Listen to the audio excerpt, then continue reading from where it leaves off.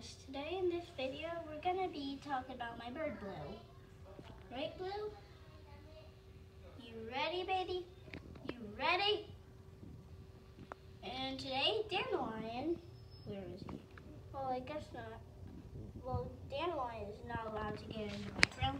If you saw the old video, you'll know who he is. I don't have any other birds than Blue and Dandelion. I have a dog, though. So, this is my bird, Blue. He's so cute. He's pretty much the cutest bird in the world. He has a super long tail that goes from his body all the way down to there. He isn't really a big bird. He's only a parakeet. So, yeah, that's really it. It's just that my bird Blue is too cute to not look at. He is my favorite bird. I got him before Dandelion.